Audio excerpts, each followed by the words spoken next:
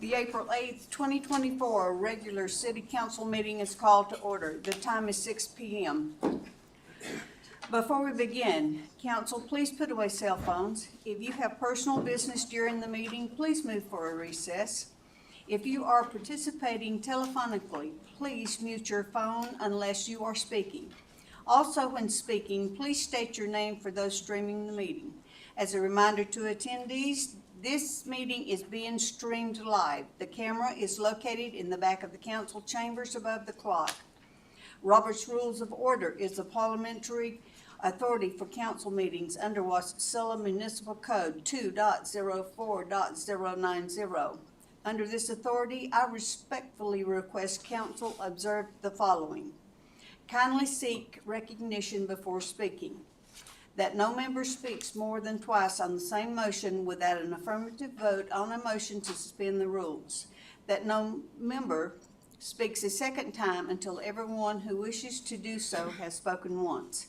The purpose of recognizing these rules is to ensure the right to speak is equally respected and that discussion is not dominated. Madam Clerk, please call the roll. Thank you, Madam Mayor. Councilmember Cottle. Here. Councilmember Johnson. Here. Councilmember Crafton. Here. Councilmember Velock. Here. Councilmember Rubeo. Here. Councilmember Graham is absent and excused unless objection is raised from the body. You do have a quorum, Madam Mayor. Councilmembers Cottle, Johnson, Crafton, Velock, and Rubeo are present. Thank you. Please stand for the Pledge of Allegiance and our new council person, Ms. Cottle.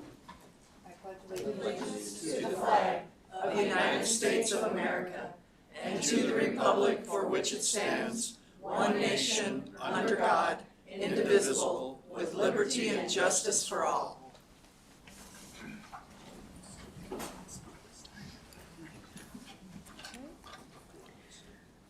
The first item of business is approval of the agenda. Before changes are discussed, are there conflicts of interest to declare? Madam Mayor? Yes.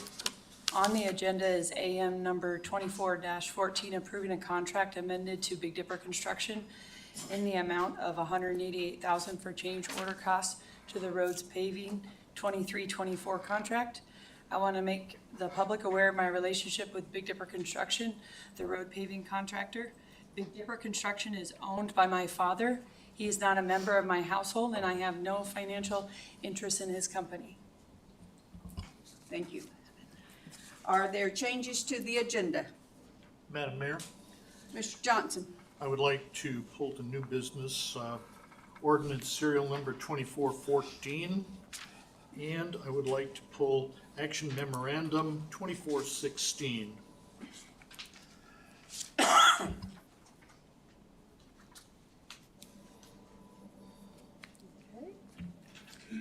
Are there any more changes to the agenda?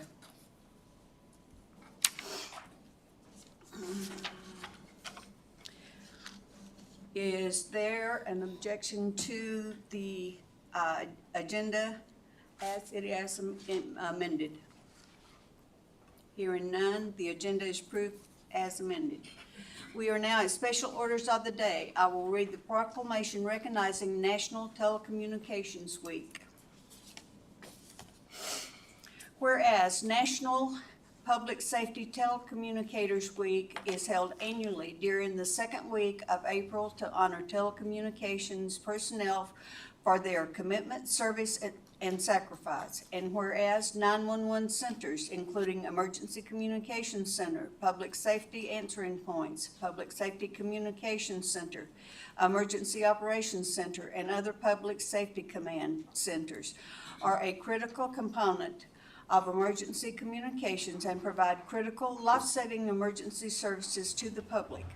And whereas the safety of our emergency medical service responders, police officers, and firefighters are dependent upon the quality and accuracy of information obtained from citizens who telephone the MATCOM Public Safety Dispatch Center. And whereas public safety dispatchers are the single vital link for our police officers and firefighters by monitoring their activities by radio, providing them information and ensuring their safety. And whereas MATCOM public safety dispatchers are in charge of identifying a caller's needs calmly and proactively, dispatching law enforcement officers or emergency responders in a timely and efficient manner, working 24 hours a day, 7 days a week, 365 days a year. And whereas this week is a time to celebrate and thank telecommunications personnel across the nation who serve our communities, citizens, and public safety personnel for the public safety system would not operate without them. Now therefore I, Glenda D. Ledford, Mayor of Wasilla, proclaim April 14th, 2024 through April 20th, 2024 as National Communicators Week in the city of Wasilla in honor of the men and women whose diligence and professionalism keep our city and citizens safe. And our manager for MATCOM, Lori Creaky.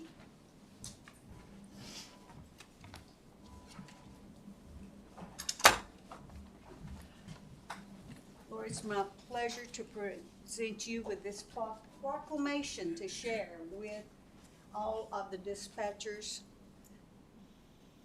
All right. Thank you. Thank you.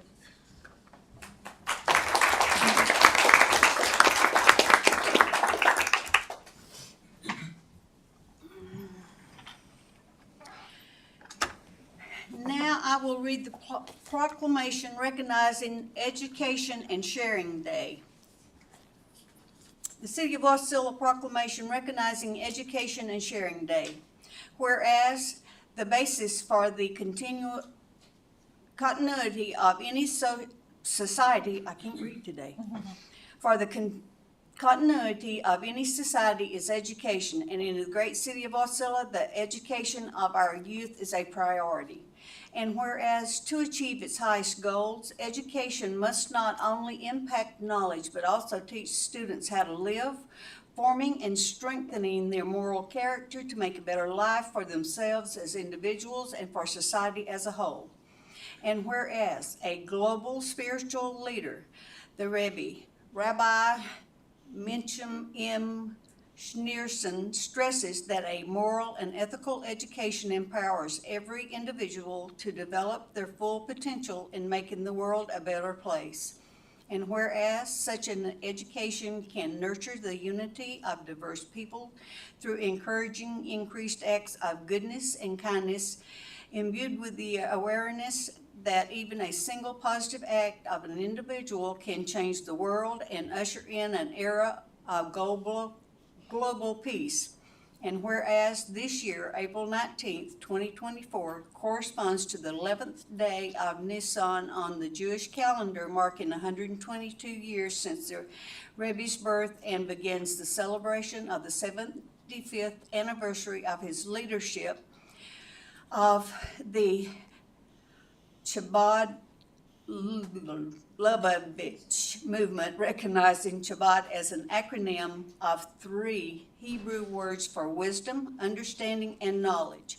And whereas the name Lubavitch comes from the city which served as the movement's headquarters for over a century and means city of love, emphasizing ethical values which inform our civilization, none is more important than love. Love of wisdom, love for our fellow man, and love for our Creator. These values, rooted in the 7 Noahide laws, have guided the Chabad Lubavitch movement throughout its history and are the essence of education at its best, emphasizing the importance to impart this precious heritage to all young Americans. And whereas Education and Sharing Day is observed each year on the Rebbe's birthday in recognition of his outstanding and lasting contribution toward the improvement of education, morality, and acts of charity around the world, a day to pause and reflect on our responsibility to ensure our youth have the foundation necessary to lead lives rich in purpose and fulfillment through service and good works.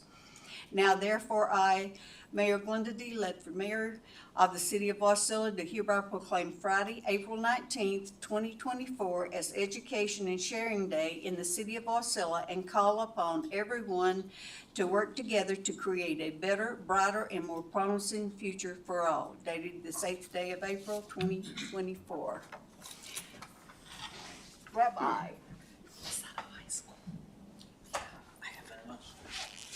Great job reading it. Thank you. It is my pleasure to present you with the proclamation on the sharing and education.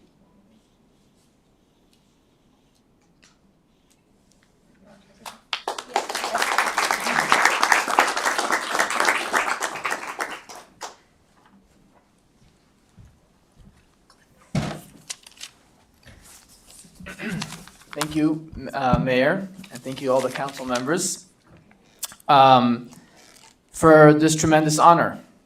This proclamation is the city of Wasilla joins proudly the president, many governors, dozens of states, and hundreds of cities, townships, designating the Rebbe's birthday, which is always 4 days before Passover, as Education and Sharing Day, in tribute to his outstanding dedication to education. The Rebbe teaches that education in general should not be limited to the acquisition of knowledge and preparation for a career. Instead, the educational system should pay more attention, indeed the main attention, to the building of character, with the emphasis on moral and ethical values. The Rebbe emphasizes that every individual, and in fact every individual action, has an impact on the entire universe, and instilled the hope for a brighter future into the lives of countless people across the globe. Since 1978, the U.S. Congress has designated Education and Sharing Day on the Rebbe's birthday as a time to pause and recognize our responsibility to ensure that our young people have the foundations necessary to lead lives rich in purpose and fulfillment. Education and Sharing Day is about creating conversations. It's about the conversations we have with our children around the dinner table, the conversations we have with our students in the classrooms, and the conversations we have day in and day out that can have an impact on the hearts and minds of our young ones. The Rebbe teaches that in truth every person is an educator, and we must be mindful of our ability to impact the lives of others. People are more influenced by the things they do than by the knowledge they are taught. Therefore, beyond the conversations, it's important to promote these ideas through action. In 1974, the Rebbe introduced the charity campaign. This was not a fundraiser for a specific cause or a call for philanthropists to write out big checks. Instead, it was a grassroots campaign to train us all to become givers. The idea is simple. Set aside a box in your home or your office as a charity box and start off the day by giving a small amount to charity. Children should have their own charity boxes and should be encouraged to give charity every day. This will educate them to have empathy and to care for others. The catch is to do this on a consistent basis.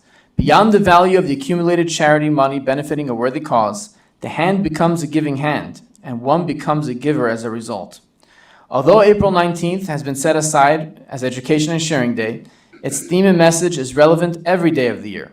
Even today, let us reflect on our collective obligation and opportunity to enhance the true education of our children, to serve as proper role models, and to take concrete action to bring more goodness and kindness into our world.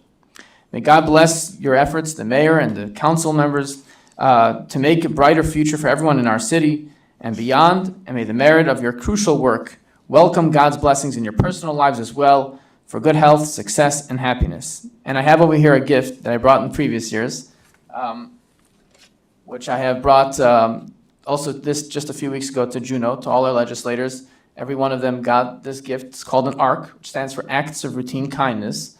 And the concept is exactly what I just said before, to fill it up every single day, just a coin, even a coin. And when it's full, you give it to the charity of your choice. This is not a fundraiser. We're not collecting for any cause. Every one of you, this is yours. And the idea is to bring more kindness and more goodness into our world, and hopefully to teach this to our young ones, to the children. And with your permission, if I could give it to everybody here in the room. Thank you. Okay. Thank you very much.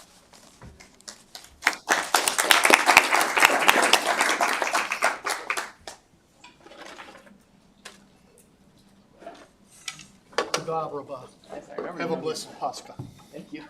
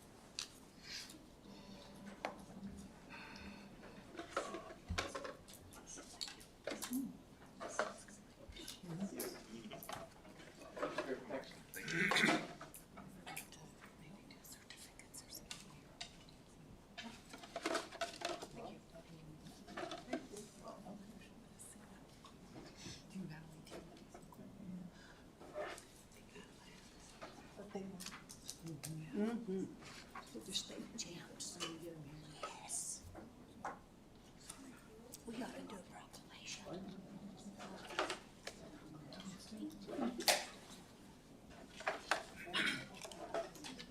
Thank you. Thank you.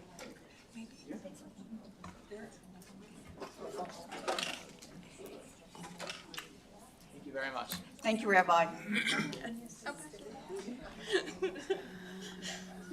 We are now at commission and agency reports.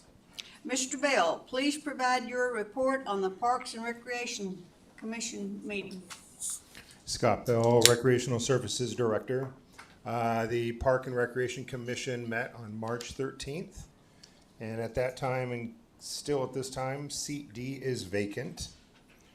During the meeting, Dave Tuttle was reelected as Commissioner Chair, and Mary Champagne was reelected as Co-Chair.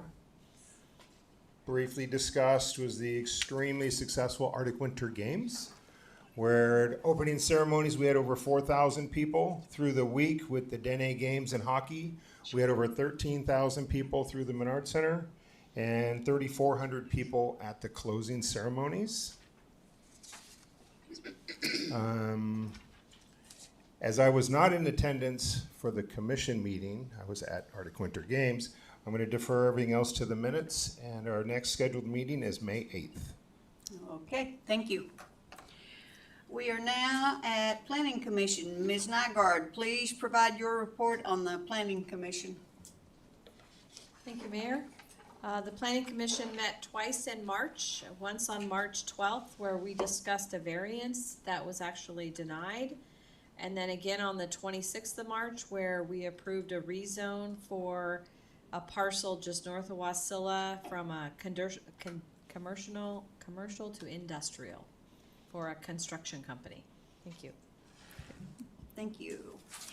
And Wasilla High?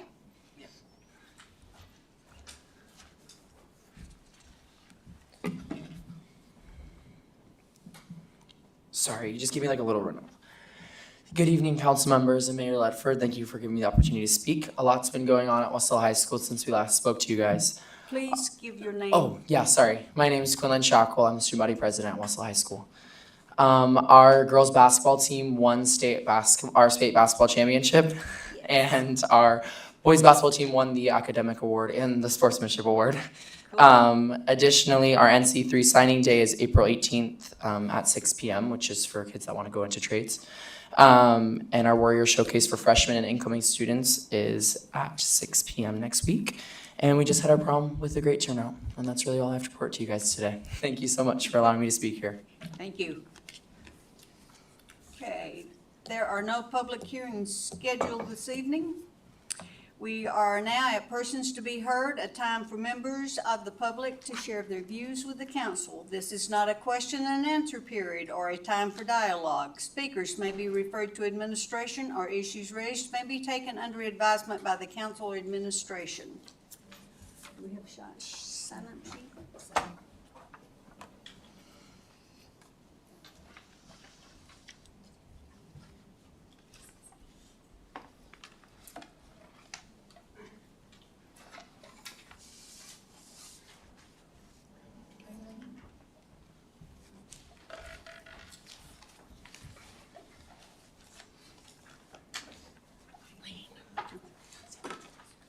Okay, and the first one is Eileen Falkenstein. Please begin your testimony by stating your first and last name, and if you are a city resident. Comments are limited to 3 minutes. Good evening, Madam Mayor, council members. Eileen Falkenstein, representing Wasilla area seniors. We have several things going on this month. First of all, right now we have our Krispy Kreme fundraising effort. If you go on to groupraise.com and purchase a dozen donuts for $15, 50% of that will go back to Wasilla area seniors. So if you like donuts, go for it. We also have our Mouths for Meals online auction beginning May 3rd through 10th. Right now, we're accepting donations, and we have some very interesting things on the auction block. We have a one-night stay at Bell in the Woods Bed and Breakfast in Seward, 4 day passes to the Alaska Zoo, 4 tours at the reindeer farm, and several gift baskets. And we keep getting things daily, so check the Wasilla website and look at the auction items and pick something that you're interested in. Keep the bids in mind, and at 4:59 p.m. on May 10th, get your last bid in and hopefully you'll win your prize.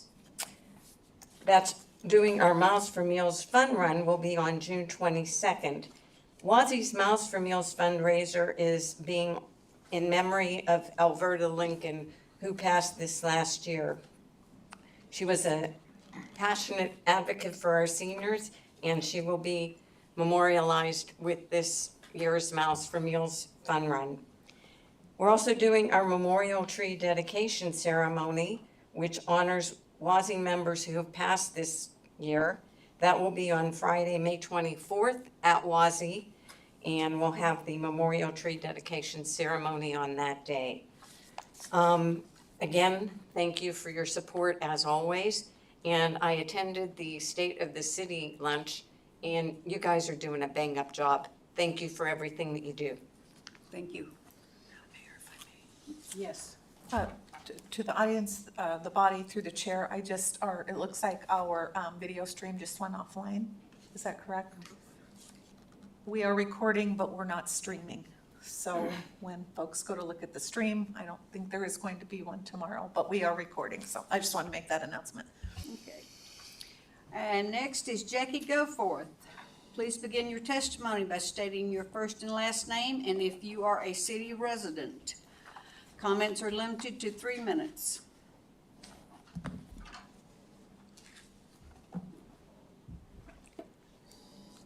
Good evening, Madam Mayor and City Council. My name is Jackie Goforth. I'm a resident of the Matsu Borough.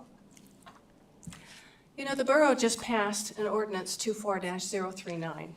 And what it did was make it so the book challenges are now heard by the community.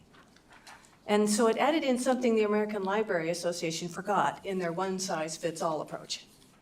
They forgot community standards.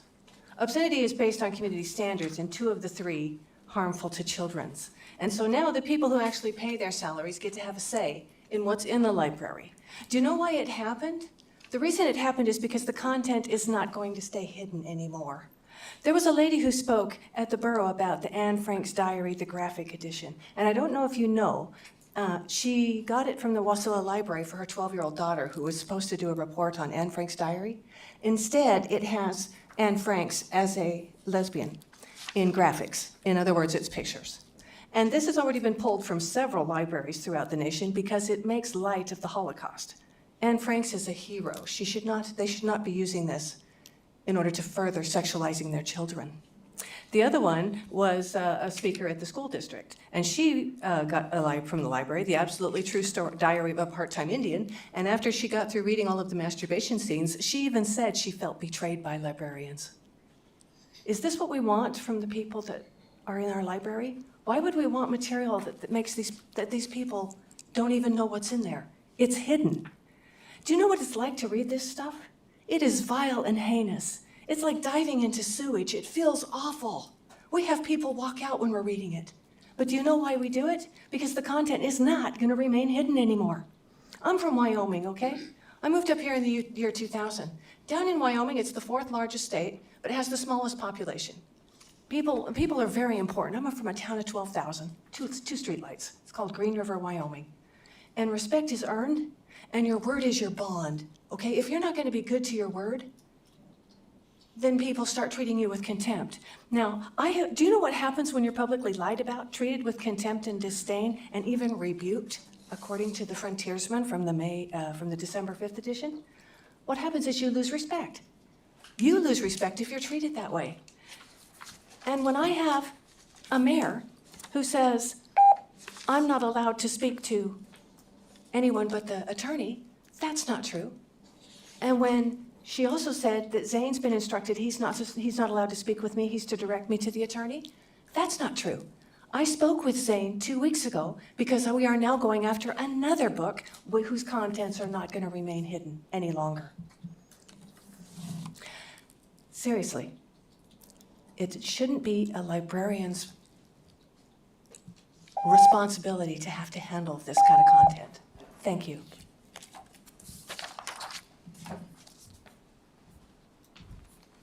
Next is Karen Lewis. Please begin your testimony by stating your first and last name, and if you are a city resident. Comments are limited to 3 minutes. Good evening, Mayor and City Council. My name is Karen Lewis. On the first page there, you'll see the three-pronged Miller approach as to what is found to be obscene. I won't read it, but there it is. The matter addressed is the sexual part of the book. We have been complaining about these books for a long time, and the people who are reading these books and judging whether they should remain in the young adult or 14-year-old area say, well, you have to judge it as a whole. So what they're saying is it's the whole book. But according to what I'm going to read here, it's the sexual matter within the book that's supposed to be judged, not the whole book, the sexual matter. So Justice Brennan, who was U.S. Supreme Court Justice, wrote his opinion pertaining to what defines obscene material. This is on the last page. He stated, sex and obscenity are not synonymous. True. He went on to say, obscene material is material that deals with sex in a manner appealing to prurient interest. The portrayal of sex, for example, in art, literature, and scientific works is not itself sufficient reason to deny material the constitutional protection of freedom of speech and press. It is therefore vital that the standards for judging obscenity safeguard the protection of freedom of speech and press for material that does not treat sex in a manner appealing to prurient interest. On the second page of what I handed you at the very bottom, it says, in addition, Section 1466A of Title 18 United States Code makes it illegal for any person to knowingly produce, distribute, receive, or possess with intent to transfer or distribute visual representations such as drawings, cartoons, or paintings that appear to depict minors engaged in sexually explicit conduct and are deemed obscene. This statute offers an alternative two-pronged test for obscenity with a lower threshold than the Miller test.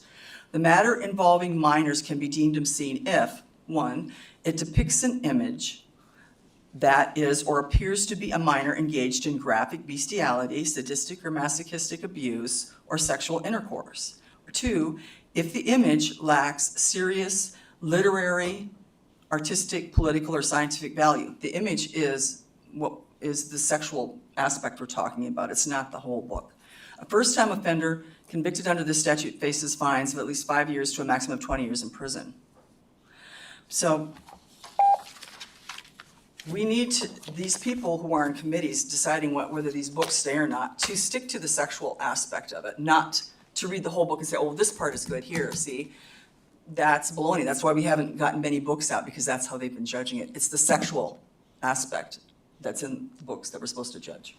Thank you. Okay, and next, Mary Robinson. Please begin your testimony by stating your first and last name, and if you're a city resident. Comments are limited to 3 minutes. Good evening, Mayor Ledford, council members, staff. My name is Mary Robinson, and I'm a City of Wasilla resident, and I represent myself.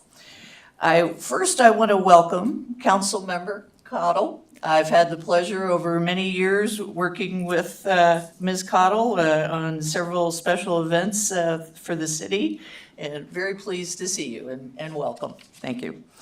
And I support ordinance serial 24-14 to increase the council member compensation, because frankly, you could not pay me enough money to sit and listen to the things you have to listen to, including my testimony.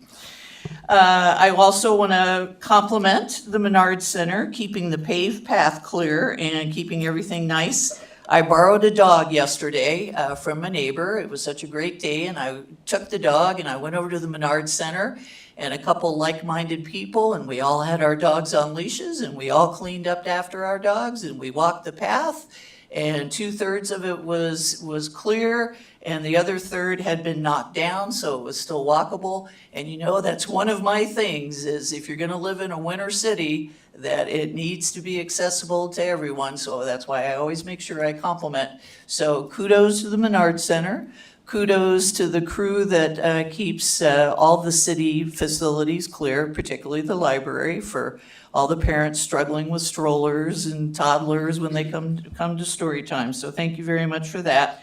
And I'm looking forward to seeing what the crew plants for the wonderful flowers across the city.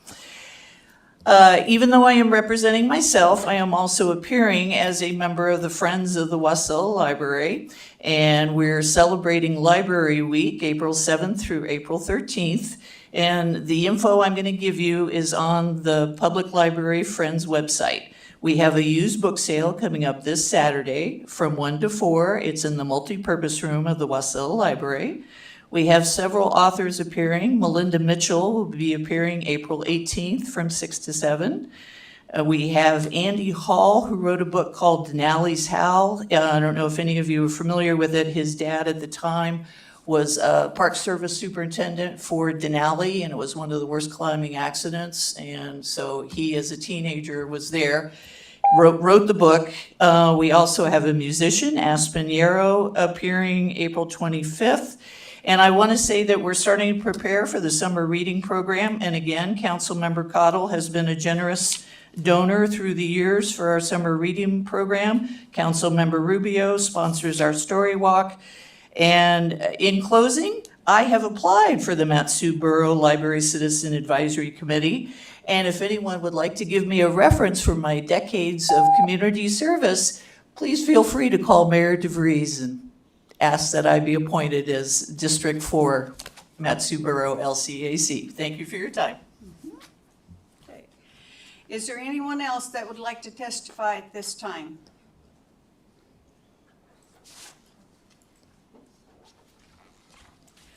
Please begin your testimony by stating your first and last name, and if you are a city resident.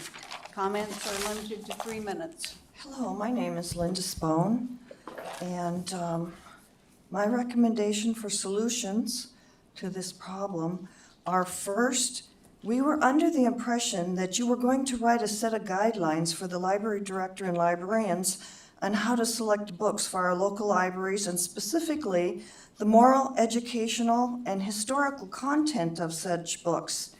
In addition, write a job description for the library director and librarians so they know what is expected of them and that they are accountable to their employers. Second, get out of the American Library Association. Several states have already done so. Third, if you were to write a simple, common sense, ethical solution to remove harmful material from local libraries and schools, never to be put in again, you would have the support of the people of the valley.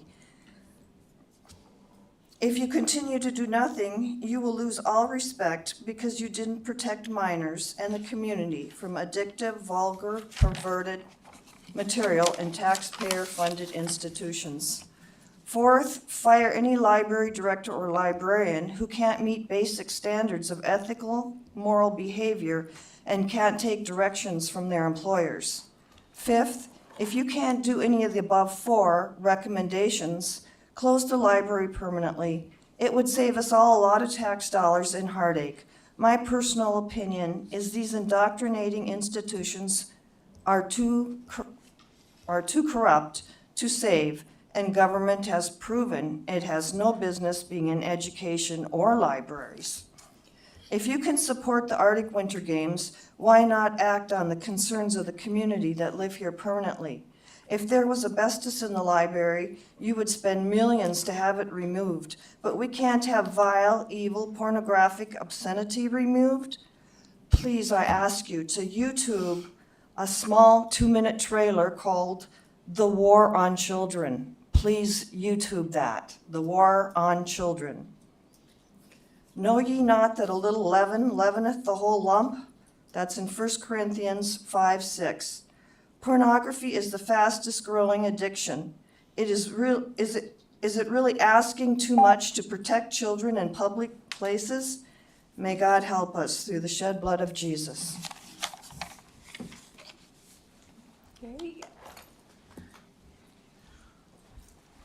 Please begin your testimony by stating your first and last name, and if you are a city resident. Comments are limited to 3 minutes. My name is Daniel Baldwin, and I am a city resident. I am here because I'm running for the MEA Board of Directors. I believe that we should diversify our energy portfolio, creating more jobs for local residents, as opposed to outsourcing and importing natural gas, which would drive up energy rates. So I want to create more local jobs. I want to ensure our energy supply is not going to get cut off in the middle of winter due to a cold snap. And I want to keep our money local, keep our great town and city prospering instead of getting someone else rich that's out of state. Thank you. And one more thing, my website is danielformea.com, and you could go to that and contact me if you have any further questions. And I hope for all of your votes. Oh, voting is currently open. You should have your ballots in the mail, and if you vote online, you're entered into a drawing to win a prize every week. Thank you, and have a good day. Thank you. Is there anyone else that would like to testify at this time? Please begin your testimony by stating your first and last name, and if you are a city resident. Comments are limited to 3 minutes.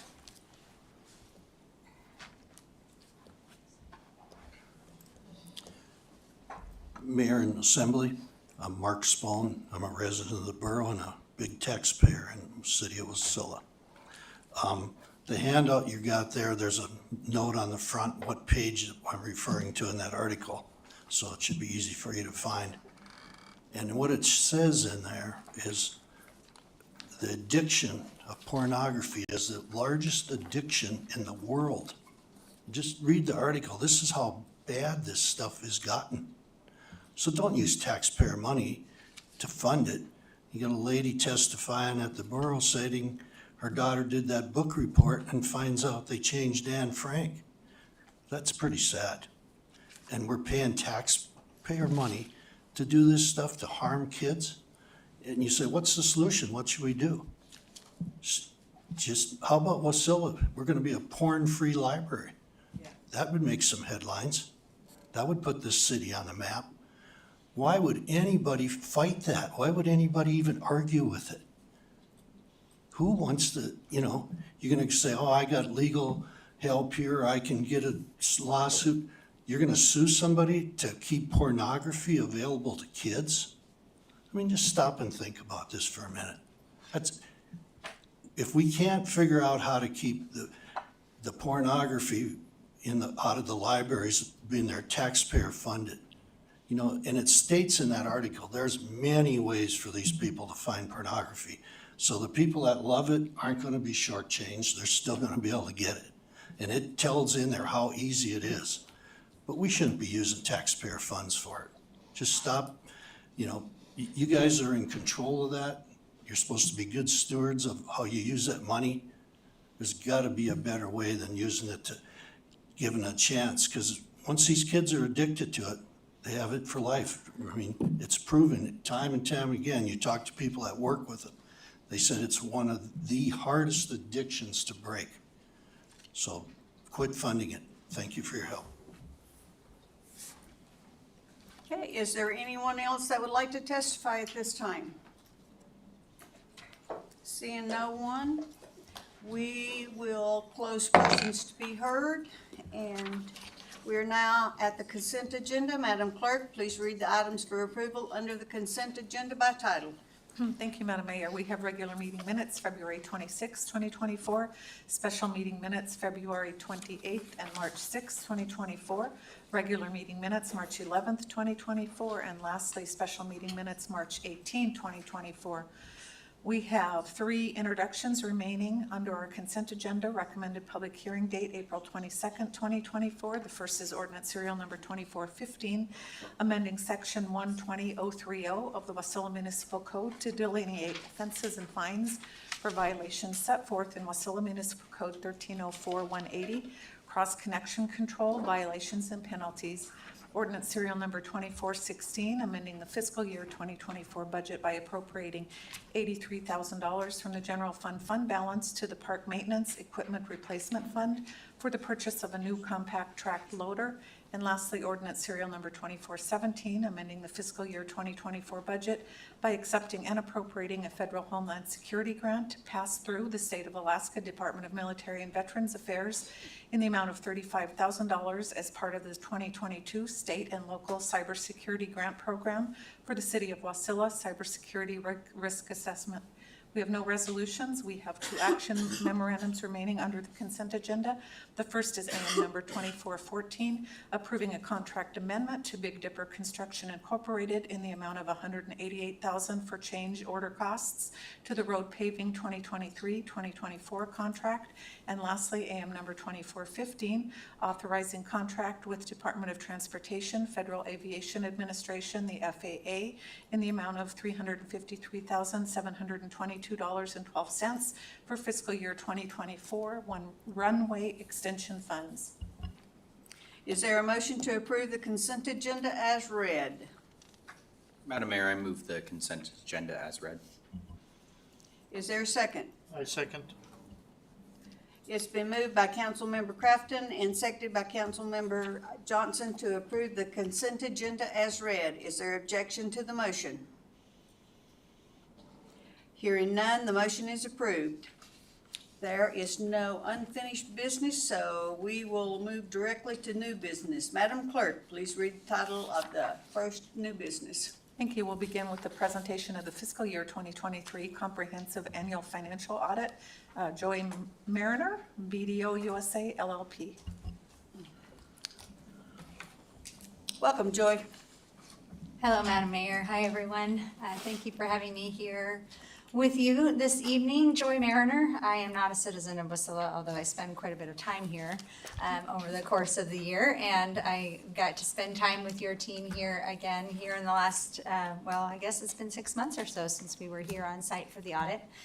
So you actually, I apologize, I was not here for the presentation of the 22 financial statements this fall.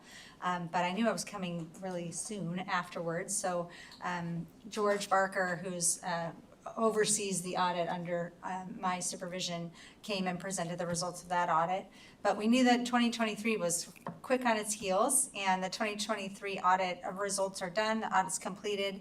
And I'd like to just go through some highlights with you. Hopefully you've had enough time to review some of the packet information that you received for this meeting. But I would love for this to be a conversation through the mayor, if that's okay. If there's things that I bring up and you have questions about them along the way, please feel free to interrupt me. I do work for you as the city council, our firm does, and it's important to me that we present to you the results at a high level. Certainly if there were things that were a concern or I wanted the council to be involved in during the course of the audit, I'd bring them to the mayor. And we did speak during the audit and talk through some of the major changes that have happened to the city in the finance department this year. You have a new finance director, so congratulations, Cassie, and she helped complete this audit. And then Jackie and her team just had a lot of things to get through this year. Went really well for 23, and we're back on track to issue on time to the federal government and the state government. So the audit reports have been released and issued for 2023's financials. So a few quick highlights for you. As I said, I work for you as the council, so I'd like to just, from a status perspective, the audit's completed. You can see here on that fourth bullet point that we issued an unmodified opinion. That's that clean opinion that we look for in the statements, that you should look for in the statements. And that's our opinion on the financial statements as a whole. A couple quick things to remind you about what an audit is and what an audit is not. And that's outlined here for you as well. Our objective is to obtain reasonable, not absolute assurance. So we do test risky items. We look at high dollar value items, and then we pick samples of pretty much everything else. We also send confirmations to your banks, to your attorneys, to your insurance companies, just to make sure from an external third party that we're getting audit evidence that's external to the city, and we verify those balances and those coverages that way. Because you also have a federal single audit, where you spent enough federal money this year that we were required to do some grant compliance test work, we also send confirmations to places like the Human Rights Commission and the Equal Employment Opportunity Commission, Department of Labor. No exceptions to any of those confirmations, no issues came up as a result of any of that work. And we did issue an unmodified opinion on your single audit as well.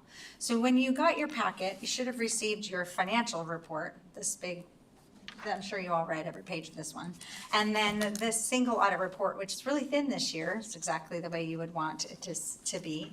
And I'll just quickly highlight, we did issue an unmodified opinion on the single audit. That's a federal single audit, and we audited the last of your ARPA money. It's that coronavirus state and local fiscal recovery fund money. And you don't have to go through all of that. Just know that the items that we test is related to that. We test expenditures, we test subrecipients, we look at how the city managed the money and how it was reported with no exceptions. A couple other quick things I'll just highlight for you. As I mentioned, your team's cooperation was excellent. You did bring on Ted Leonard to assist with getting the audit through the process as you were kind of between finance directors for some time. Ted was instrumental in making that happen all the way through to the end, so I appreciate his help. But just every request, they got back to us as quickly as they possibly could to get through the statements this year. Couple quick highlights. You did adopt a new standard last year. So if you remember from George's presentation, you adopted a new accounting standard around leases that required you to do an inventory of every lease that the city has, whether you're leasing to other people or you're leasing from other people. That was a big standard. This year you adopted a new standard around your technology. So all of the subscription-based IT arrangements that you have here at the city, which are fairly minimal actually. So there was no significant impact of this standard, but your team did go through and inventory every single software contract that you have in place. As annoying as those things are, it's a good best practice actually to have a good inventory of what they are, what the terms are. Just know that in the future, you as a council may be asked to approve some of those contracts. It's a good question to ask. How does this affect our financials? And then you do have some numbers in your statements that are what we call estimates. Those are where that's not a dollar in the bank. It's not an exact number. Your biggest estimate is your pension liability, which you can't influence. It's set by the state valuation. And I don't know why it's inserting comments, but my apologies. And then you also depreciate your capital assets. That's things like this building, your trucks, your dispatch center, even your library get depreciated over time based on how much you estimate them to, serve the public. And then a few other quick things I'll just mention here. We didn't have any significant or unusual transactions. You adopted that GASB 96, but you also adopted another standard that had no significant impact because you do have some conduit debt. I won't go into that. Those were just really changes in wording in your notes. And then this is actually the statement around uncorrected or corrected misstatements. Your team found this one. It's not what we could consider to be significant impact to the city, but there was a sewer truck that was depreciated incorrectly in prior years. So that was corrected in the current year. We didn't go back and fix anything in the past because it wasn't considered significant enough to merit that. But your team did identify it and recorded the correction in the current year. Otherwise, we do report to you things around internal control. So an auditor coming and looking at your books and records is an excellent control, but it's an external one. What you should have here at the city are controls to make sure that throughout the year you're getting accurate financial information, that there's good checks and balances in place. And that's hard when you have a small accounting staff. Certainly even harder when you've had some turnover in the individuals in the finance department. And I'll just mention to you, we did not identify anything that we think you need to take action on this year as it relates to internal controls. We did have some items last year where there was some capacity issues that caused some items to report to you last year. Those have been corrected this year in 2023. And your team's done an excellent job of turning those things around and getting good compensating controls in place.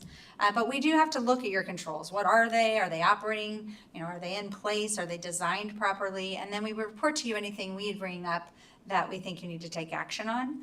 And then I like in my actual audit wrap-ups to let you know of things that we also tell management about that are what we would consider to be management letter comments, nothing that we think you need to do anything about, but that they do exist. And this one is pretty common throughout the state, and that's that you have what we call super users, which you might not be surprised about, that in your accounting system, certain individuals have administrative level access. So that just means that they can go in, they can add a vendor, they can post an entry without review. We didn't find any evidence that that did occur during the year. So we just recommend that there's continuing controls to make sure that those transactions are done correctly. You have a lot of back-end controls, what we call detective controls, to prevent any problems with actual transactions. And no issues with money coming in the door or out the door. Your IT system is designed to allow a super user to manage at the highest level. Otherwise, I'd have to tell you about things that were significant problems or where we needed to consult with people outside of the firm. That didn't happen. It went very well.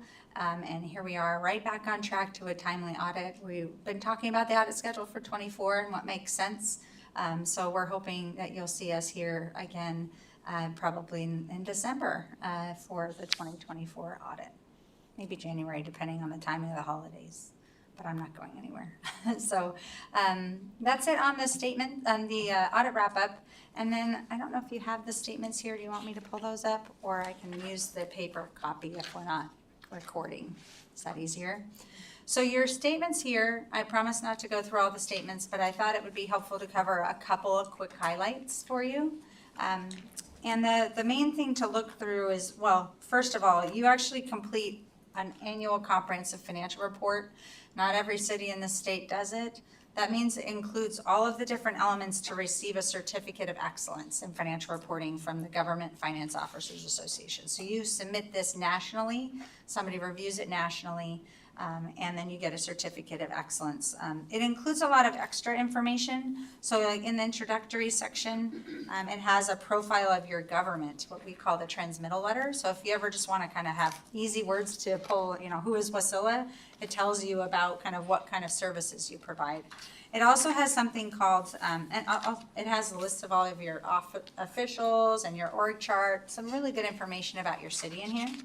And then in the financial section, starting on page 6, is the management discussion and analysis. And I highlight that because if you read nothing else in the financials, I'd encourage you to read the MD&A. It's kind of like an annual report about your city. How did it change from last year?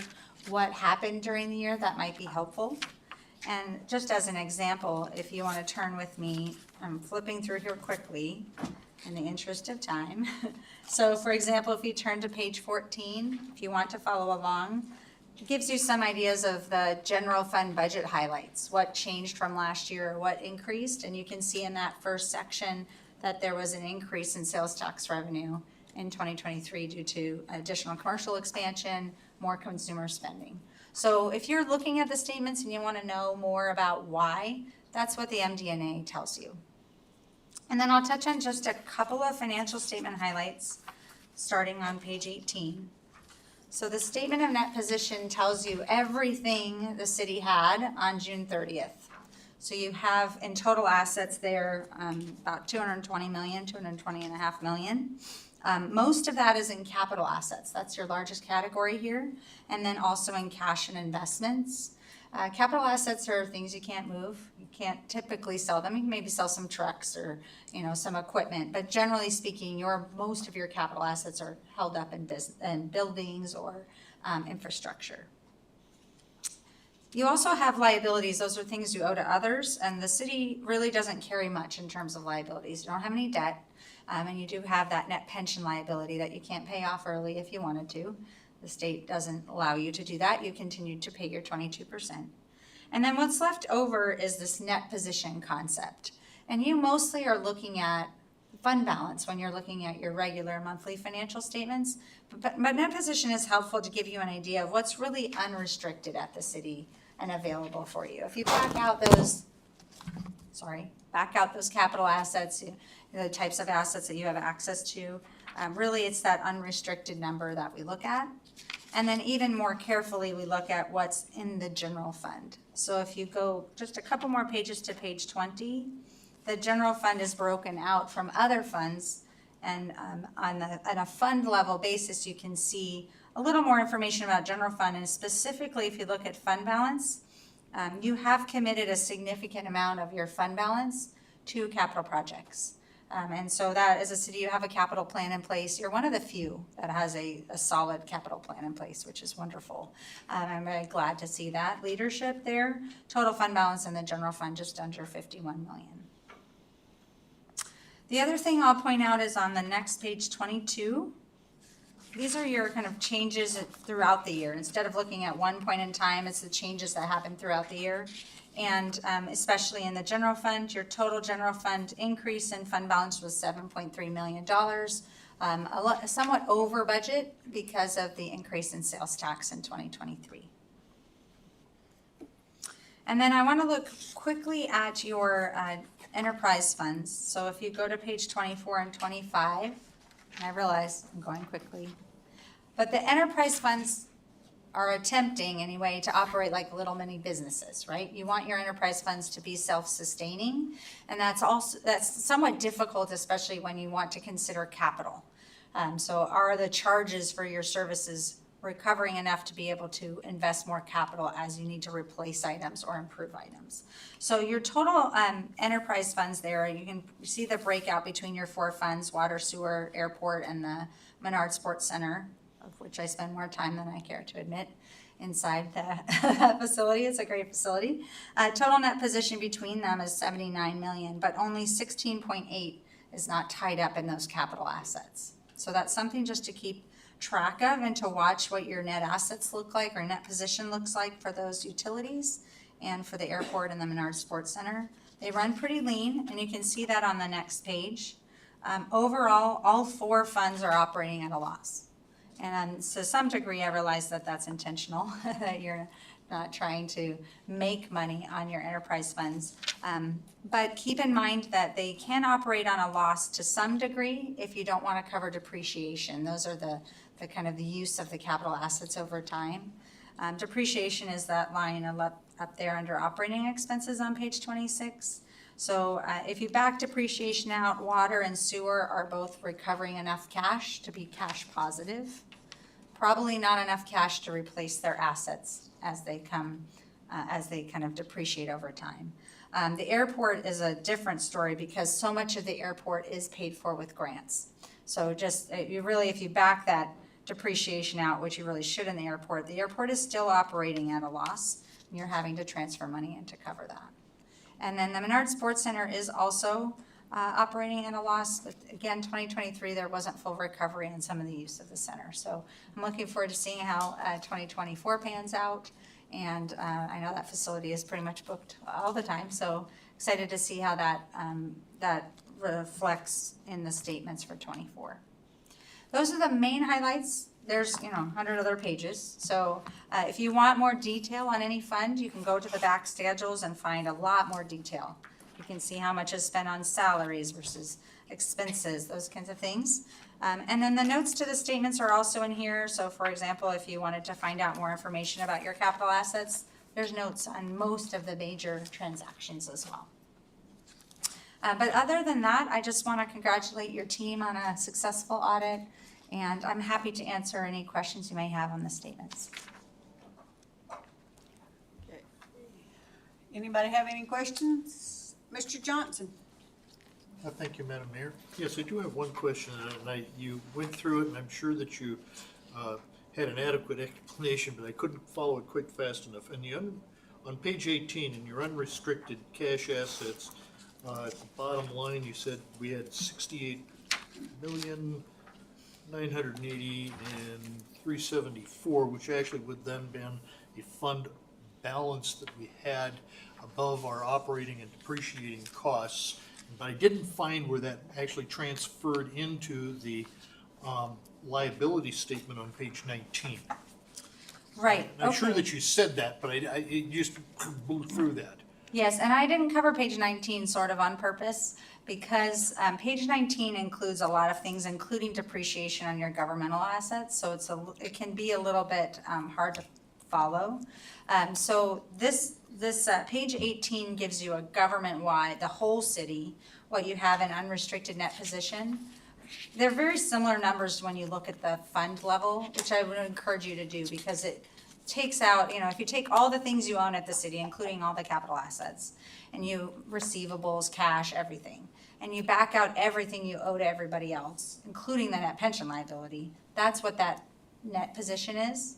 In that net position, not all of it is something that you could sell tomorrow, right? Right. Yeah, so I think that's why I like that unrestricted number, because it kind of gives you a better picture of what you actually have available. If you look at the general fund on that page 20, that's really what you have, and you have a little bit in capital projects too, but most of it's sitting in the general fund. 51 million on general fund balance. Of that, about 12 million is unassigned. That's really the number to look at carefully, and that's about 9 months of expenses. Now, you have that capital money. If something were to really go awry, you would not do the capital. You'd have access to a little bit more. But 9 months of expenditures available in totally free fund balance is probably about what you would need for working capital. That means I'd be hesitant to assign any more than that. I would keep that, I recommend usually between 6 months and 18 months in working capital availability for cities. Because sometimes you have a big capital project and you have to pay the money in advance before the grant reimburses you. Or you may have an emergency and FEMA doesn't necessarily pay you for 3 years sometimes, so having enough working capital to cover expenses is paramount. Okay, so just because I'm slow at this and Sure. I'm trying to get it all in my small brain here. So basically then the 67,930 basically transfers then into our working capital on page 20 at 51 million or something like that, roughly. The total fund balance, Yeah. but of that, only about 12.5 is working Yeah. capital. Okay, thank you. Great question. And it's really important to be monitoring that. The equity balances are really important for long-term sustainability.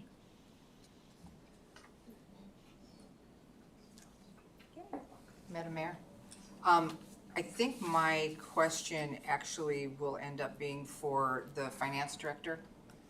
On page 63 in the notes to basic financial statements, my question is, I can see where the GASB statement numbers 91, 94, 96, 99 are already being applied if they were being conducive to our accounting systems and whether or not they pertain to the city. My question is statement number 100, is that already being implemented? Is that being applied already? And then just to follow up with that quick, statement number 101 and 102 are for effective year 2025, but it's suggested that maybe be applied early if possible, and I was wondering if those two statements are being applied yet.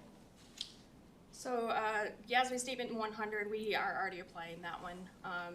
GASB 101 and 102, we began the process, but we haven't fully implemented it and taken analysis of how it will impact our financial statements yet. We're still working through that at the moment. All right, thank you. And if I may, we are recommending maybe 102 you hold off on until it's required because we're waiting for a few cities to early implement and then to see what GASB has as feedback. So it may be easier for you to wait for the best practices on that one. 100, you've essentially already implemented that with the statement. So, but 102 may not be an early implement situation. It'll be a harder standard to implement. Any further questions? Seeing none? Thank you very much, everyone. Thank you.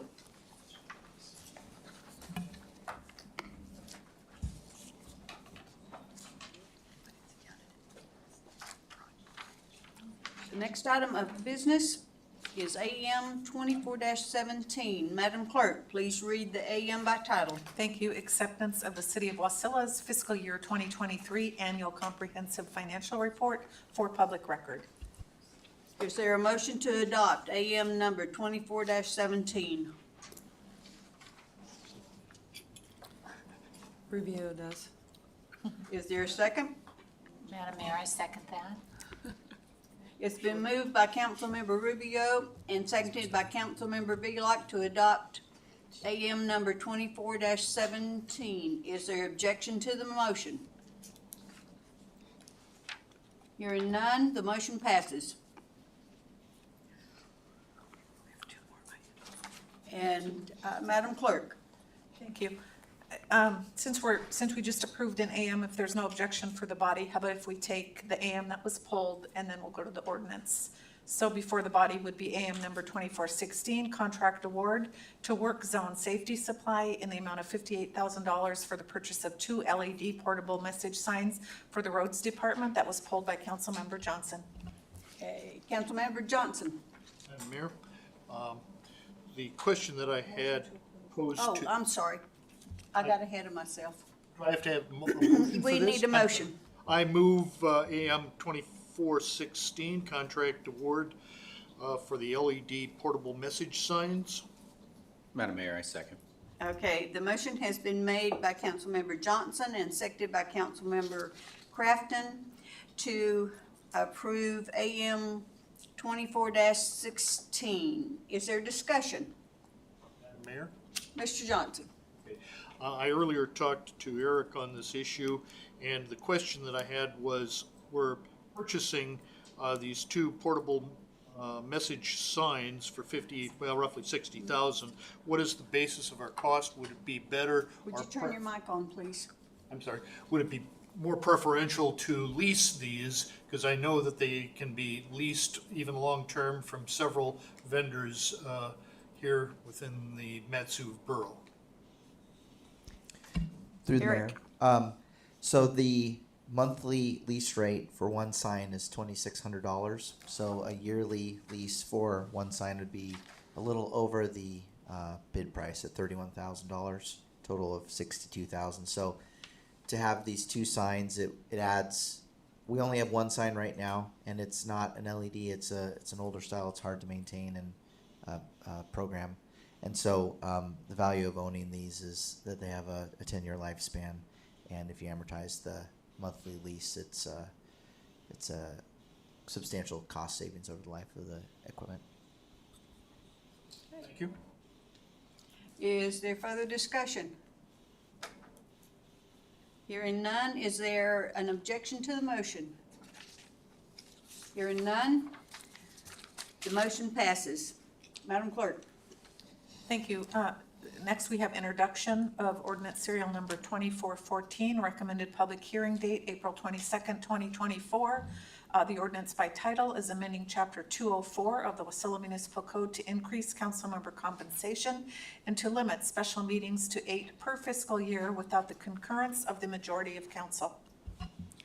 Is there a motion? Madam Mayor? Mr. Johnson?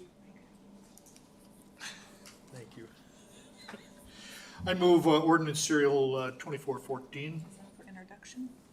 as an And introduction, is that for correct? Introduction, yes. Okay, so this would then be voted on for approval at the next meeting, is that correct? All right. Yes. Madam Mayor, I second. Okay, the motion has been made by Mr. Johnson and seconded by Mr. Crafton for introduction of Resolution 24-14. Ordinance 2414. Mr. Johnson, you pull this.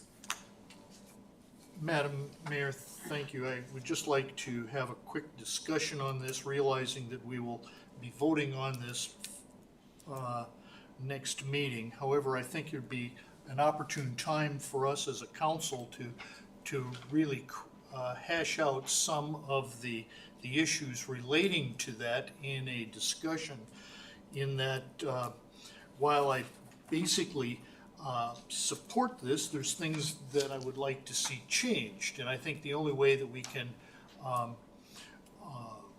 make a change to this whole thing is to discuss it in the council session. So what I would like to do is to move this to a matter of a whole. This is just introduction. Right, but I would like to be able to discuss this Madam as Clerk. the council. Thank you. Through the chair to the council. So under Wasilla Municipal Code, I am the parliamentary authority for the council. You can certainly override me, but technically the motion before the body is to introduce the ordinance and set it for public hearing. That follows our ordinance enactment procedure, which is first reading is introduction, second reading is public hearing and action.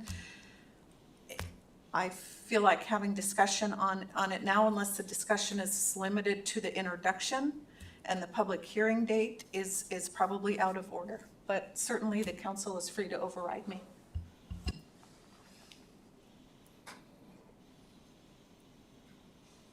Okay. Madam Mayor, also next meeting, once the public hearing's closed, options for the council at that point in time is to approve or make a motion to approve the ordinance. It's then before the body. It certainly would be appropriate at that point in time to move into committee the whole if the ordinance needed massaging or changing, depending on the scope of that.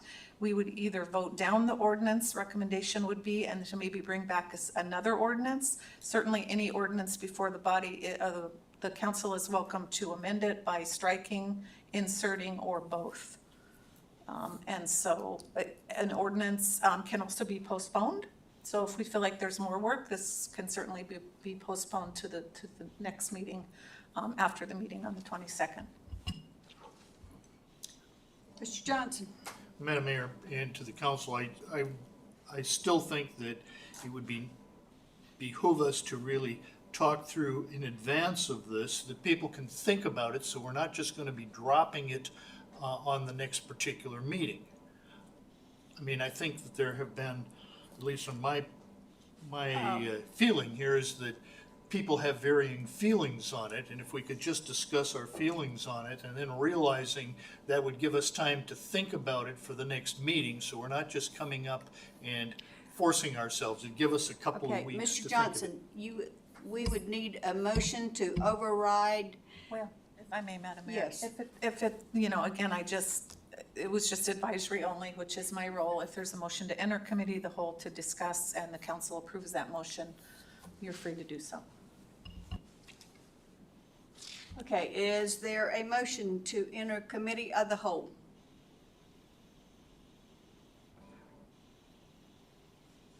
Hearing none, then we are back to just introducing 24-14. That's all we need to do.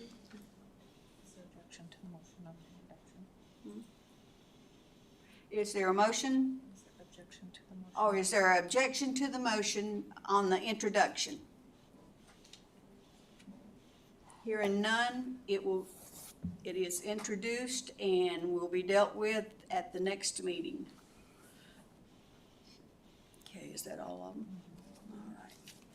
We are on to communications. Madam Clerk. Thank you. 2 items, Parks and Recreation Commission meeting minutes, March 13th, 2024, and Planning Commission meeting minutes, March 12th, 2024. Okay. We are on to audience comments. It's a time for members of the public to share their views with the council. This is not a question and answer period or a time for dialogue. Speakers may be referred to administration, or issues raised may be taken under advisement by the council or administration. Is there anyone present who would like to address the city council?